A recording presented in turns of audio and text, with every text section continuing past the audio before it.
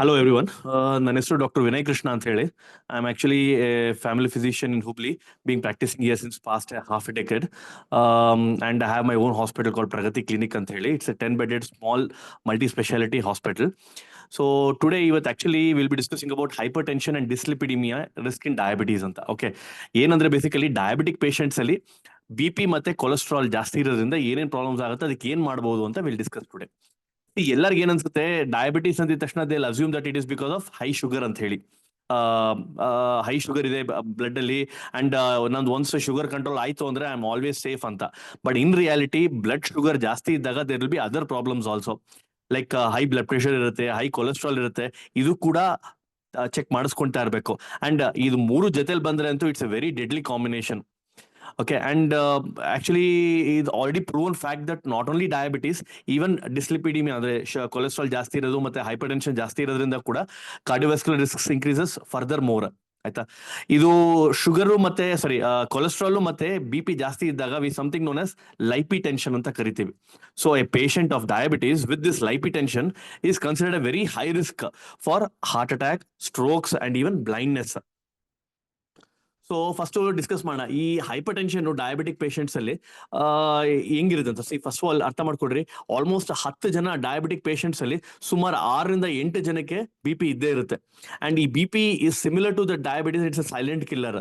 Basically ಯಾರಲ್ಲೂ symptoms ಇರಲ್ಲ and they always feel fine actually, but indirectly ಒಳಗಡೆ kidney, ಕಣ್ಣು, ಬ್ರೈನು ಎಲ್ಲ ಡ್ಯಾಮೇಜ್ ಆಗ್ತಿರುತ್ತೆ. ಅಂಡ್ ನಾರ್ಮಲ್ ಬಿ ಪಿ ಅಂದ್ರೆ 130/80 ಮಿಲಿಮೀಟರ್ಸ್ ಆಫ್ ಮೆರ್ಕ್ಯೂರಿ ಅಂತ ಕರಿತೀವಿ. ಸೊ ಏನಾಗುತ್ತೆ, ವಯಸ್ಸಾಗ್ತಾ ಆಗ್ತಾ ಈ ಬ್ಲಡ್ ವೆಸಲ್ಸ್ ಎಲ್ಲ ಹಾರ್ಡನ್ ಅಪ್ ಆಗುತ್ತೆ. ಸೊ ಹಾರ್ಡನ್ ಅಪ್ ಆದಾಗ ಬಿ ಪಿ ಜಾಸ್ತಿ ಆಗುತ್ತೆ and that leads to ultimately kidney and eye damage basically. So ಅದಕ್ಕೆ ಎವ್ರಿ ವಿಸಿಟ್ ಅಲ್ಲಿ you have to check your B P as much as possible. And if possible ನಿಮ್ಮಲ್ಲಿ machine ಇತ್ತು ಅಂದ್ರೆ use B P machine at home at all. So B ಪಿನ ಯಾವತ್ತೂ ignore ಮಾಡಬೇಡ್ರಿ. Please consult your doctor and please be up to date about your B P, sugar and cholesterol levels. And when it comes to cholesterols, yes of course ಅದು ಕೂಡ symptomless and usually ಅದು ಕೂಡ it's a silent killer, kind of a silent killer actually. But ಇದರಲ್ಲಿ we have 3 main important thing. ಒಂದು ಅರ್ಥ ಮಾಡ್ಕೊಂಡ್ರೆ, ನಾವು ನೋಡಿದ್ದು ಡಿಸ್ಲಿಪಿಡಿಮಿಯಾ ಇನ್ ಡಯಾಬಿಟಿಕ್ ಪೇಷಂಟ್ಸ್ ಅಲ್ಲಿ ನೋಡಿದ್ದು ಒಂದು high triglyceride levels. Okay, cut ಮಾಡಿ. ಹೈ ಟ್ರೈಗ್ಲಿಸರೈಡ್ ಲೆವೆಲ್ಸ್ ಕಾಮನ್ ಆಗಿ ಜಾಸ್ತಿ ಇರುತ್ತೆ. ಆಮೇಲೆ ಇನ್ನೊಂದು ಲೋ HDL ಅಂದ್ರೆ ಇದು ಗುಡ್ ಕೊಲೆಸ್ಟ್ರಾಲ್. ಆಕ್ಚುಲಿ ಇದು ಬೇಸಿಕಲಿ ಒಂಥರ ಸ್ಕ್ಯಾವೆಂಜರ್ ತರ ಹೋಗಿ ಹೋಗಿ ಬ್ಯಾಡ್ ಕೊಲೆಸ್ಟ್ರಾಲ್ ಕಲೆಕ್ಟ್ ಮಾಡ್ಕೊಂತ ಬರ್ತಿರುತ್ತೆ. ಅದು ತುಂಬಾ ಕಡಿಮೆ ಇರುತ್ತೆ ಬ್ಲಡ್ ಅಲ್ಲಿ. ಅಂಡ್ ಈ ಸ್ಮಾಲ್ LDL ಅಂತ ಕರಿತೀವಿ, which is actually very dangerous, called bad cholesterol. And it usually main reason for causing ಈ ಆರ್ಟರೀಸ್ ಅಲ್ಲಿ ಅಥೆರೋಸ್ಕ್ಲೆರೋಸಿಸ್ ಅಂತಂದ್ರೆ ಕೊಲೆಸ್ಟ್ರಾಲ್ ಲಂಪ್ಸ್ ಅವೆಲ್ಲ ಫಾರ್ಮ್ ಆಗ್ತಾವೆ. ದಿಟ್ ಇಸ್ ಮೇನ್ ರೀಸನ್ ಬಂದು ಈ LDL ಕೊಲೆಸ್ಟ್ರಾಲ್ ಜಾಸ್ತಿ ಆದಾಗ ಬೇಸಿಕಲಿ ಆಗುತ್ತೆ. So of course this are the reasons why you will have land up with ಏನಂತಾರೆ ಸ್ಟ್ರೋಕ್, MI ಎಲ್ಲ because of LDL only main. So many times we feel that ಏನೂ ಆಗ್ತಿಲ್ಲ ಅಂತ, but indirectly there will be damage happening inside. So ನೀವೇನ್ ಮಾಡ್ಬೋದು ಇದಕ್ಕೆ?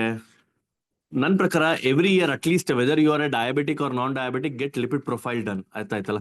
And ನಿಮ್ doctors ನಿಮ್ಗೆ ಸ್ಟಾಟಿನ್ಸ್ ಅಂತ ಪ್ರಿಸ್ಕ್ರೈಬ್ ಮಾಡಿದ್ರೆ basically it is to reduce cholesterol level. They not only protect your cholesterol levels, it also protects your heart, kidney, brain ಎಲ್ಲ from having future attacks.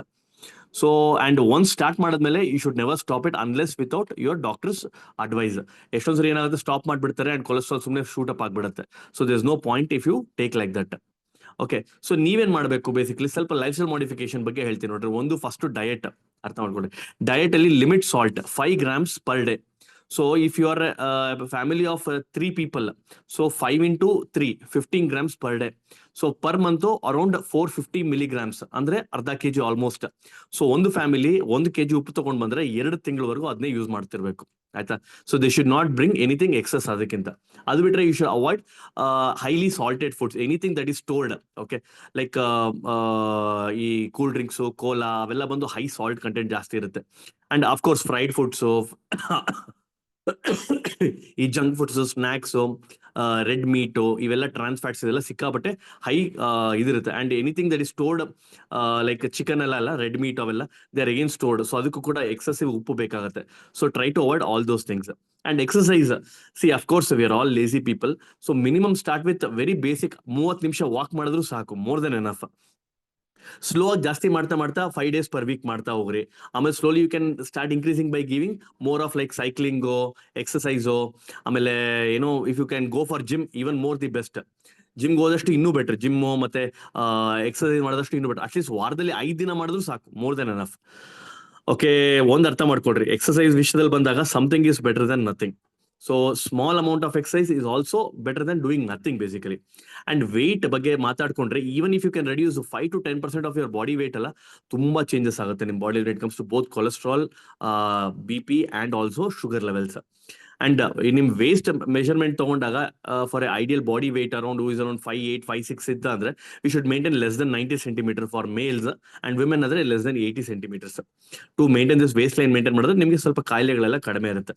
And if you are having very bad habits like smoking, drinking, ತಂಬಾಕು ಹಾಕೋದು, ಇದೆಲ್ಲ ಒಂಥರ literally poison ಹಾಕ್ದಂಗೆ ನಿಮ್ಮ ಬಾಡಿಗೆ. And it increases the risk of stroke and heart disease to very very large extent. So ಅದಿದ್ರೆ please avoid ಮಾಡ್ರಿ.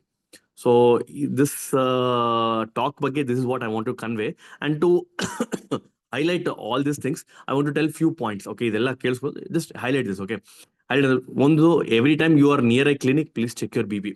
Yearly once, please check your sugar levels and lipid profile. Your whether age is 25, 35, 45 or 55. Age ಜಾಸ್ತಿ ಆಗ್ತದಂಗೆ repeated check ಮಾಡೋದು better. But you are ಹೆಂಗ್ ಅಂದ್ರೆ at least yearly ಒಂದ್ಸ ಮಾಡಕ್ try ಮಾಡ್ರಿ. And if some doctors prescribe you some medicines without any advice, please ಆ medicines ನ ಬಿಡಕ್ ಹೋಗ್ಬೇಡ್ರಿ. ಸೊ ನಿಮ್ಗೆ ಮ್ಯಾಕ್ಸಿಮಮ್ ಪ್ರೊಟೆಕ್ಷನ್ ಬೇಕು ಅಂದ್ರೆ lifestyle modifications with proper medications, ಇದೆರಡು ತಗೊಂಡ್ರೆ ಮಾತ್ರ ನಿಮ್ಗೆ ಬೆನಿಫಿಟ್ ಸಿಗುತ್ತೆ. ಬರೀ ನೀವು ಮೆಡಿಕೇಶನ್ ತಗೊಂಡು ನೀವೇನು ಲೈಫ್ ಸ್ಟೈಲ್ ಚೇಂಜ್ ಮಾಡಿಲ್ಲ, again will be harming your self. ಅದು ಬರೀ ಲೈಫ್ ಸ್ಟೈಲ್ ಚೇಂಜ್ ಮಾಡ್ತೀನಿ, ನನ್ನ ಮೆಡಿಸಿನ್ಸ್ ತಗೊಳ್ಳಲ್ಲ ಅಂದ್ರೆ ಅಲ್ಲೂ ಕೂಡ will damage your body. So both should go hand in hand. So I think this is for today's topic. Thank you. ನಿಮ್ಗೆ ಏನೋ ಟಾಪಿಕ್ ಏನೋ ಡೌಟ್ ಇದ್ರೆ you can always ask me.